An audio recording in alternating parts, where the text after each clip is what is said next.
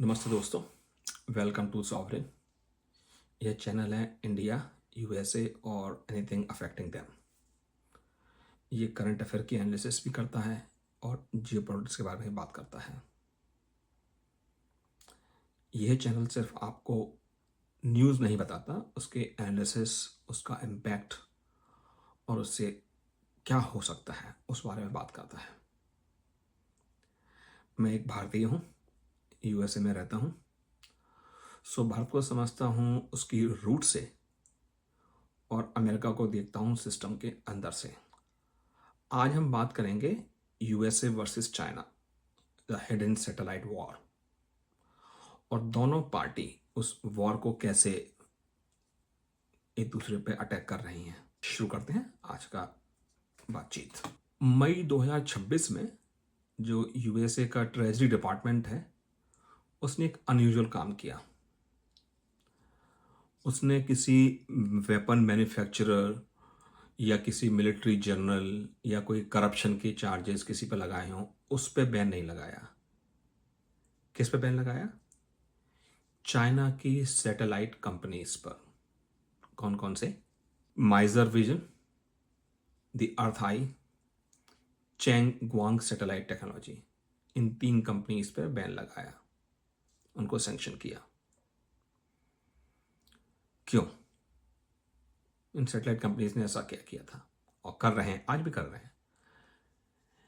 ये तीनों कंपनियों की सैटेलाइट्स हैं जो कि इमेजिंग करती हैं।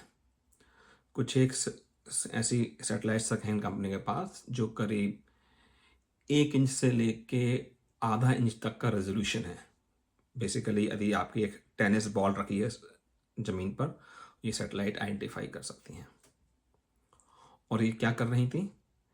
ये दोनों तीनों कंपनियां ईरान को जो यूएसए के एसेट्स हैं गल्फ में, उनके बारे में रियल टाइम इंफॉर्मेशन प्रोवाइड कर रही थी। एक बात आपको समझना चाहिए कि ये तीनों कंपनियां कमर्शियल हैं, कोई मिलिट्री का काम नहीं कर सकती हैं। थियोरेटिकली यदि आप चाहें और मैं चाहूं तो हम लोग इन कंपनीज से किसी भी जगह की पिक्चर खरीद सकते हैं। ये कोई मिलिट्री इंटेलिजेंस नहीं था, कमर्शियल था। आप इसको ये नहीं कह सकते कि चाइना ने ईरान की मिलिट्री सपोर्ट किया। चाइना के अंदर जो सैटेलाइट कंपनी है कमर्शियल, उनसे ईरान ने सौदा किया और उनसे इमेजेस खरीदी। राइट? बहुत आसान तरीका है। ये एक शुरुआत है। यहाँ पे कोई किसी न किसी चाइना ने कुछ नहीं दिया ईरान को, कोई मिलिट्री हेल्प नहीं की, लेकिन सब कुछ किया। राइट? ये एक प्रीव्यू है।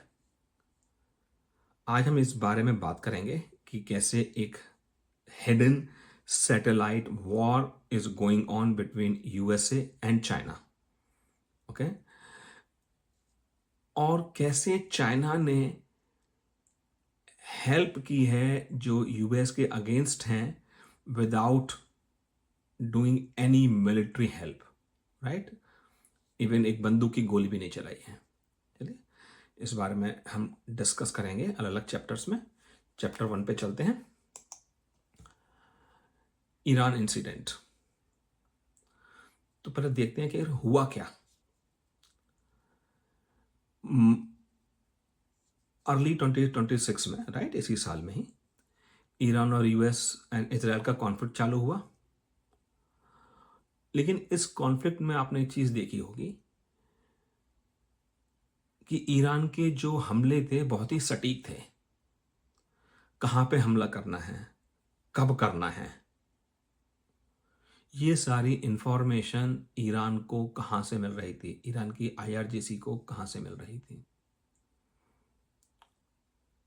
थोड़ा पीछे जाते हैं, करीब 2 साल पहले। तो 2024 के अंत तक जो ईरान की आईआरजीसी है, इस्लामिक रेवोल्यूशनरी गार्ड कॉर्प्स, उसने एक चाइनीज सैटेलाइट को एक्वायर किया। उस सैटेलाइट का नाम था TEE-01B। और ये एक मिलिट्री परचेज नहीं था, एक कमर्शियल ट्रांजैक्शन था। और उस चाइनीज कंपनी का नाम था अर्थ आई। और उसकी क्या डिटेल्स थी उस डील की? ईरान ने उस सैटेलाइट को आउटराइट बाय नहीं किया, राइट। उसने क्या किया कि इस सैटेलाइट का हम जो कंट्रोल है वो ईरान को दे रहे हैं, जबकि सैटेलाइट अभी स्पेस में ही है। चाइना ने लॉन्च की, चाइना की कंपनी ने लॉन्च की, अर्थ आई ने। सैटेलाइट स्पेस में है और उसका कंट्रोल ईरान को पास कर दिया गया इन ए कमर्शियल ट्रांजैक्शन।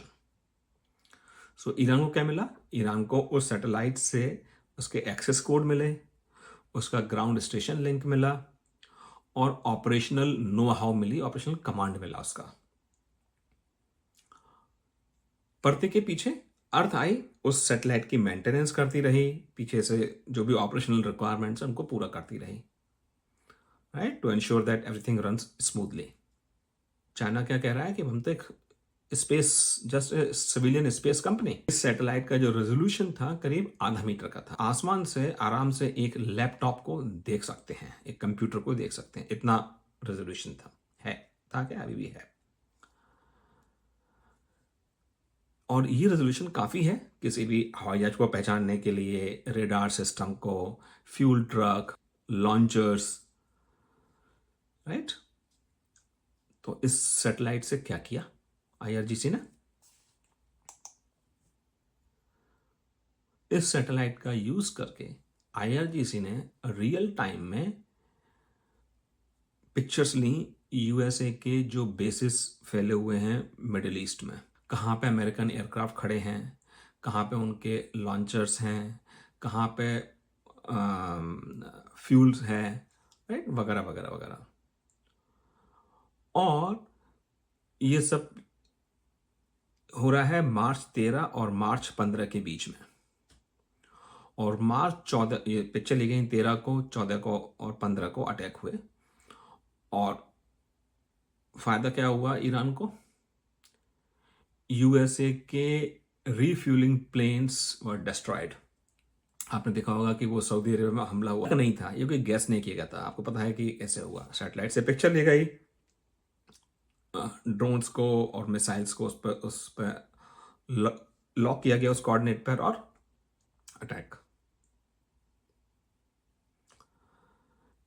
सेम तरीका अपनाया गया मुस्तफाक सती एयरबेस जॉर्डन में, कतर में, बहरीन में, ईरान में, इराक में और ओमान में। अमेरिका के सारे बेसिस पे अटैक हुआ था मार्च के दौरान, आपने ध्यान हो आपको तो। और जो स्ट्राइक्स थी बहुत ही एक्यूरेट थी, बहुत ही इफेक्टिव थी, राइट। जहां खड़ा है प्लेन वहीं डालो, जहां पे रडार है वहीं मारो, राइट, कहीं इधर उधर नहीं, राइट।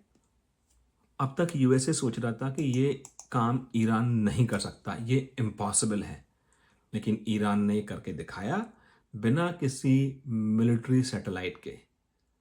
सिर्फ कमर्शियल सैटेलाइट का यूज किया जिसका रेजोल्यूशन 50 सेंटीमीटर, आधा मीटर के आसपास था, और कोई भी चाइनीज मिलिट्री ने हेल्प नहीं की। लेकिन सिर्फ आपको पिक्चर मिल गई, उसके कोऑर्डिनेट मिल गए, इतना सफिशिएंट नहीं है अटैक करने के लिए, राइट। आपको टारगेटिंग के लिए कैसे जीपीएस भी चाहिए, राइट, अटैक करने के लिए। लेकिन जीपीएस को कौन कंट्रोल करता है? यूएसए। सो जीपीएस यूज नहीं कर सकता ईरान। ऑप्शन क्या है? 2025 में ईरान ने एक स्ट्रेटेजिक डिसीजन लिया था कि हम जीपीएस यूज नहीं करेंगे। आप इंडिया में हैं तो इंडिया में यूज करते हैं गूगल मैप, राइट। वो जो सैटेलाइट यूज कर रहा है वो किसकी यूज कर रहा है? वो जीपीएस यूज कर रहा है, यूएसए के सैटेलाइट सिस्टम। ईरान ने कहा नहीं, हम यूज नहीं करेंगे यूएसए का जीपीएस सिस्टम। हम पूरा का पूरा ईरान शिफ्ट हो गया बाइडू पर, जो कि एक चाइना का जीपीएस का राइवल है। मींस इंटीग्रेट हो गया आपके हर सिस्टम में, चाहे वो सिविलियन हो, चाहे वो मिलिट्री का हो, ईरान के पूरे सिस्टम में बाइडू इंटीग्रेट किया गया और जीपीएस से बाहर निकल दिया गया। मीन्स यदि यूएसए जीपीएस सिस्टम ऑफ भी कर दे ईरान के ऊपर, कोई फर्क नहीं पड़ता, चाइना का BeiDou system will work. Again, BeiDou is not a military entity, it is a commercial enterprise, right. और चाइना का जैसे जीपीएस है, जीपीएस के दो वर्जन्स हैं, military grade and general use purpose. जो हम लोग अपनी कार चलाते हैं या आप चलाते हैं ट्रक वगैरह, तो उसमें हम लोग नॉर्मल एंड यूजर जो है उसमें यूज करते हैं, शायद उसकी एक्यूरेसी 30 फीट या 20 फीट है, राइट। लेकिन जो मिलिट्री ग्रेड जीपीएस हैं, राइट, जिसकी एक्सेस आपको हमको नहीं है, सिर्फ मिलिट्री को होती है, उसकी जो एक्यूरेसी है वो फ्यू सेंटीमीटर तक होती है। इसी तरीके से बाइडू में भी है। बाइडू का जो जीपीएस और जो कोऑर्डिनेट सिस्टम है, उसके भी दो हैं। और ईरान ने उसका जो मिलिट्री ग्रेड सिग्नल्स हैं उसको यूज़ किया, इंक्रिप्शन यूज़ किया, और फ्रीक्वेंसी हॉपिंग एक चीज़ होती है, राइट। आपके सेल फोन में एक ही फ्रीक्वेंसी पर काम कर रहा है जीपीएस आपका, लेकिन जो मिलिट्री में है वो एक सिग्नल पर नहीं करता, otherwise they will be caught, they can be spied upon, so they keep on hopping the frequency. Same चीज़ ये किया। सो पूरा ईरान का जो सिस्टम था वो कमर्शियल सैटेलाइट से और कमर्शियल बाइडू सिस्टम पर कर गया। और चाइना ने ग्राउंड स्टेशंस बना के दिए ईरान के अंदर और ईरान के बाहर, जहां से कि उनको कंट्रोल किया जा सकता था ईरानियन सिस्टम को। So officially China is neutral. एक भी गोली नहीं चलाई चाइना ने, सिर्फ ईरान की मिलिट्री ने जो कमर्शियल सर्विसेज हैं चाइना की उसका इस्तेमाल किया। This is a strategic genius. अब तक यूएसए ये सोचता था कि हम या मैं रूल करता हूं स्काईज में, मेरे हाथ में पूरा सैटेलाइट का बिजनेस है। लेकिन चाइना ने ये दिखाया कि नहीं, चाइना भी एक दूसरा प्लेयर है और हमें कोई आवश्यकता नहीं है मिलिट्री ग्रेड सैटेलाइट सिस्टम की। हमारी जो कमर्शियल सिस्टम्स हैं वही सफिशिएंट हैं नाक में दम करने के लिए। और उन्होंने करके दिखाया, सिर्फ ये थियोरेटिकल नहीं। आज की तारीख में करीब चाइना की 400 सैटेलाइट स्पेस में हैं, और ये वो सैटेलाइट हैं जो इमेजिंग, नेविगेशन और कम्युनिकेशन के लिए हैं, साइंटिफिक पर्पस के लिए नहीं या वेदर मैनेजमेंट के लिए नहीं है। ये 400 सैटेलाइट वो हैं जो इमेजिंग, नेविगेशन एंड कम्युनिकेशन के लिए। एंड आप और मैं चाहें तो उन सैटेलाइट की एक्सेस को परचेज कर सकते हैं, थियोरेटिकली स्पीकिंग। इस पूरे खेल में चाइना ने जो मिलिट्री और सिविल का जो डिफरेंस था उसको खत्म कर दिया बिना कुछ करे। आज ईरान है, कल को किसी भी कंट्री को चाइना ये सर्विसेज प्रोवाइड कर सकता है दुनिया के किसी भी कोने में। कोई फर्क नहीं पड़ता कि वो एशिया में है कि अफ्रीका में है कि साउथ अमेरिका में है कि नॉर्थ अमेरिका में है कि यूरोप कहीं और है। Is strategic brilliant move by China. कोई वंस ऑफ नहीं है, राइट, कि ईरान में पहली बार किया हो। आपने नाम सुना होगा, वैगनर ग्रुप था एक, रशिया का, रूस का। उसको किसने सपोर्ट दिया था? Satellite, again Chinese commercial.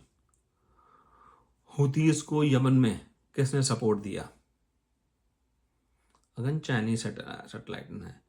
आज की तारीख में जो यूक्रेन में जो सपोर्ट कर रहा है रशिया को, वो कौन कर रहा है? Chinese satellite. और ये सैटेलाइट कमर्शियल सैटेलाइट्स हैं, मिलिट्री सैटेलाइट नहीं है, right. It's just a new paradigm which nobody thought of. China यदि देखा जाए तो क्या कर रहा है? चाइना एक बना रहा है कमर्शियल सैटेलाइट्स इकोसिस्टम। जो सिस्टमेटिकली यूएसए के अगेंस्ट जो भी लड़ रहे हैं या लड़ना चाहते हैं उनको कमर्शियल बेसिस पे सपोर्ट कर रहा है। मींस यूएसए इस बात को प्रूव नहीं कर सकता कि आप हमारे खिलाफ कोई मिलिट्री एक्शन ले रहे हो। सो commercial services anybody can buy, theoretically speaking. मैं अगेन रिपीट करता हूँ, यूएसए ने जो सिस्टम बनाया स्पेस में वो था military first, classified, controlled access, high reliability और हाई कॉस्ट। चाइना ने उसको बिल्कुल पलट दिया। उन्होंने कहा नहीं, commercial first, open access, low cost and rapidly scalable. पैसा दो, सर्विसेज खरीदो, और परफेक्टली लीगल है। आप कौन खरीद रहा है सर्विस, मुझे क्या नाम कि वो उसका इस्तेमाल कैसे करेगा, राइट? लेकिन जब तक यूएसए ने इसको फिगर आउट किया, जब तक डैमेज हो चुका था, राइट? मार्च 13, 14, 15 को जो अटैक हुए और उसके बाद भी आज भी हो रहे हैं, उसको फिगर आउट तक अब तक खेल हो चुका था। यूएसए के पास क्या तरीका है? सिर्फ एक हथियार है यूएसए के पास, सैंक्शन। इन मई 26 में बैन लगाया यूएसए के ट्रेजरी डिपार्टमेंट ने माइजर विजन पर, अर्थ आई पर, चेंग गुआंग सैटेलाइट टेक्नोलॉजी कंपनीज पर।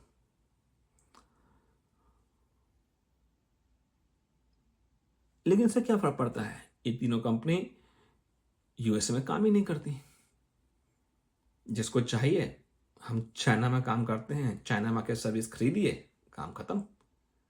And these company don't take money in dollars. आप हमें चाइनीज करेंसी में पैसा दीजिए,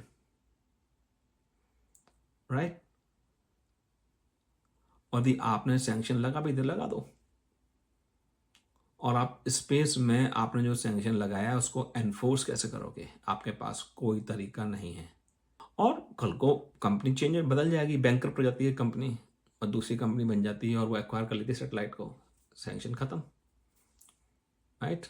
तो ये जो यूएसए का हथियार है उसको लगभग मोथरा कर दिया चाइना ने।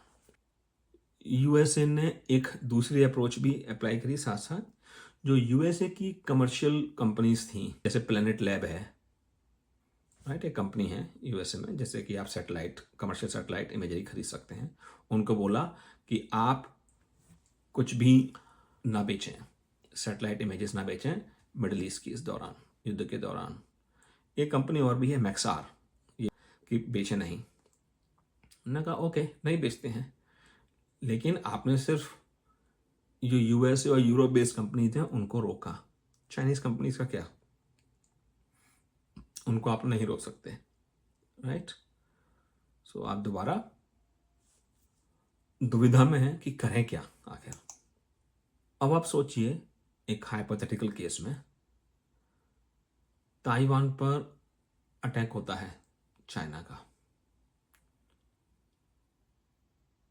Means every ship movement from Pacific coast of USA to China, जो 400 सैटेलाइट हैं वो क्या करेंगी, राइट?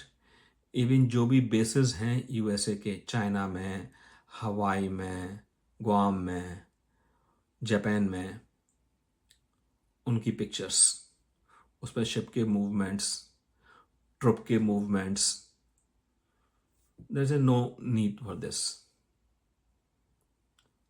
राइट? और ये चीज पूरे साउथ चाइना सी में लागू होगी।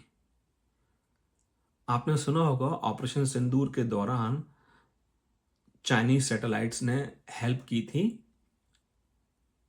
पाकिस्तान की। That was a small version is what is happening in Iran. क्या तोड़ा इंडिया के पास इस चीज का? कुछ नहीं, कुछ नहीं कर सकता हिंदुस्तान। या तो ये है कि आप एक्सट्रीम मेजर लें, जो आपके पास सैटेलाइट डिस्ट्रॉइंग जो हैं रॉकेट्स हैं करें और सैटेलाइट को नष्ट कर दें।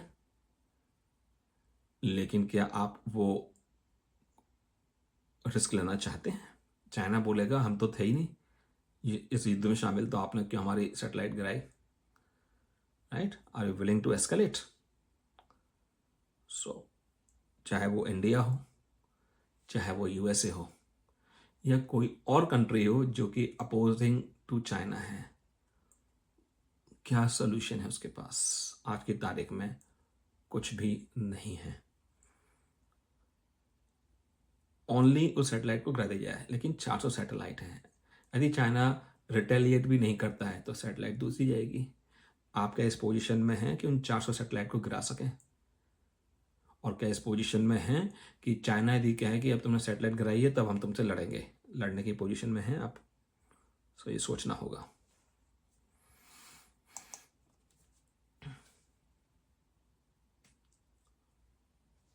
सो बेसिकली आप यदि देखेंगे आज की तारीख में जो भी इस कमर्शियल सैटेलाइट हो चाहे मिलिट्री ग्रेड सैटेलाइट हो, जिसके पास सैटेलाइट्स होंगे जो इमेजिंग कर सकें और उसके अलावा और भी बहुत कुछ करती हैं, वही कंट्रोल करेंगे इंफॉर्मेशन को। वही जो आपकी मिसाइल सिस्टम है उनको कंट्रोल करेंगे कि कौन कहाँ से आ रहा है।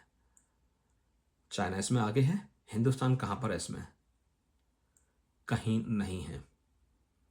हिंदुस्तान ने एक नाविक सिस्टम बनाया था, हिंदुस्तान उसको भी ढंग से नहीं चला पा रहा है। आज की तारीख में वो फंक्शनल नहीं है। राइट? सो कुछ सोचना होगा हिंदुस्तान को इस बारे में, नहीं तो बहुत पीछे रह जाएगा। और फिर कहते हैं ना, जब चिड़िया चुग गई खेत तो पछताए क्या होता है। हिंदुस्तान को वो कहीं ना हो पछतावा बाद में। सो हिंदुस्तान को भी satellite system, satellite constellation, commercial satellite या मिलिट्री या बोथ या कुछ और करना पड़ेगा, नहीं तो भगवान मालिक है। जैसे बाइडू सिस्टम बनाया है चाइना ने कि चाइना के अंदर आपको यदि चलानी है कार, नेविगेट करना है तो आपको बाइडू सिस्टम से ही करना होगा। सेम चीज़ इंडिया को करनी होगी। गूगल मैप को यदि चलाना है तो इंडिया का जो नाविक सिस्टम है उस पर चलाओ। और उससे पहले लेकिन नाविक सिस्टम को चला के दिखाना होगा हिंदुस्तान को, जो अभी तक नहीं कर पाया है Hindustan. Think about internet, think about आपके बैंक के transactions, think about your aeroplanes. सभी के लिए आपको याद होगा एक अहमदाबाद में प्लेन क्रैश हुआ था और अफवाह यह है कि किसी ने जीपीएस सिग्नल को हैक कर लिए थे। सच है झूठ है मुझे नहीं मालूम, लेकिन ये अफवाह है। इसके इम्प्लीकेशन क्या हो सकते हैं युद्ध के समय आप सोच सकते हैं, मुझे कुछ कहने की आवश्यकता नहीं है। लेसन क्या है इसमें हिंदुस्तान को, इस पूरे, अगेन मैं रिपीट करता हूँ, हिंदुस्तान को अपना नेविगेशन सिस्टम बनाना पड़ेगा, अपनी सैटेलाइट्स भेजनी पड़ेंगी। और प्लीज़ प्लीज़ ये सरकारी माइंडसेट ना हो कि सब काम सरकार करेगी। सरकार नहीं, प्राइवेट सैटेलाइट्स छोड़नी होंगी, कमर्शियल ग्रेड, जो कि compete कर सकें ऐसी दुनिया भर की सैटेलाइट कंपनीज से। राइट? कम से कम 3-4 ऐसी कंपनियां हों जिनकी सैटेलाइट्स हों, कम से कम 400-500 सैटेलाइट हवा में, आसमान में हों हर वक्त। नाविक सिस्टम सिर्फ हिंदुस्तान के लिए नहीं, हिंदुस्तान के आसपास पूरा इंडियन ओशन रिम पर चले। आप फोर्स करें अपने पड़ोसी देशों को कि आप नाविक सिस्टम यूज़ करेंगे, ना कि जीपीएस या बाइडू। प्यार से, डंडे से, जैसे मर्जी, चाहे वो नेपाल हो, बांग्लादेश, बर्मा, राइट, श्रीलंका, मालदीव्स, इधर सेशल्स, मेडागास्कर। इनकरेज करें मिडिल ईस्ट कंट्रीज़ को, यूएई, ओमान, सोमालिया, राइट, इधर थाईलैंड, इंडोनेशिया, मलेशिया। यदि आप नहीं करेंगे तो पछताएंगे। यूएसए क्या कर सकता है, ये यूएसए को सोचना होगा। क्या यूएसए रिस्क ले सकता है कि उन सैटेलाइट्स को मार गिराए, चाहे वो जमीन से भेजे मिसाइल या सैटेलाइट से सैटेलाइट पर अटैक करे? और ये सैटेलाइट से सैटेलाइट पर अटैक करने की जो कैपेबिलिटी है सिर्फ दुनिया के 3 देशों के पास है, रशिया, चाइना एंड यूएसए। सो मेरा जो गैस वर्क है वो बोलता है आप 4-5 साल में देखेंगे कि सैटेलाइट अटैक कर रही हैं सैटेलाइट को, क्योंकि यहाँ से ज़मीन से मिसाइल से गिराना इज़ ए स्पेक्टेकुलर थिंग, लेकिन आसमान में ही मार दिया सैटेलाइट ने दूसरी सैटेलाइट को, चाहे वो टक्कर मार दी या उसे इलेक्ट्रिकली जैम कर दिया। ये एक युद्ध की शुरुआत हो गई है। अब देखते हैं कि पहला शिकार कौन करता है। चलिए वेट करते हैं इस बारे में कि पहला शिकार कौन सा होगा। क्या यूएसए मारेगा, कि चाइना मारेगी, या रशिया मारेगा। और मैं उम्मीद करता हूँ हिंदुस्तान भी ये कैपेबिलिटी डेवलप करेगा जल्दी से जल्दी, और इस शिकार में के लिए तैयार रहेगा, चाहे करे या ना करे, लेकिन तैयारी होनी ही चाहिए। धन्यवाद दोस्तों, आई होप ये आपको पसंद आया होगा वीडियो। लाइक करें, कमेंट करें, सब्सक्राइब करें और शेयर करें। Thank you very much.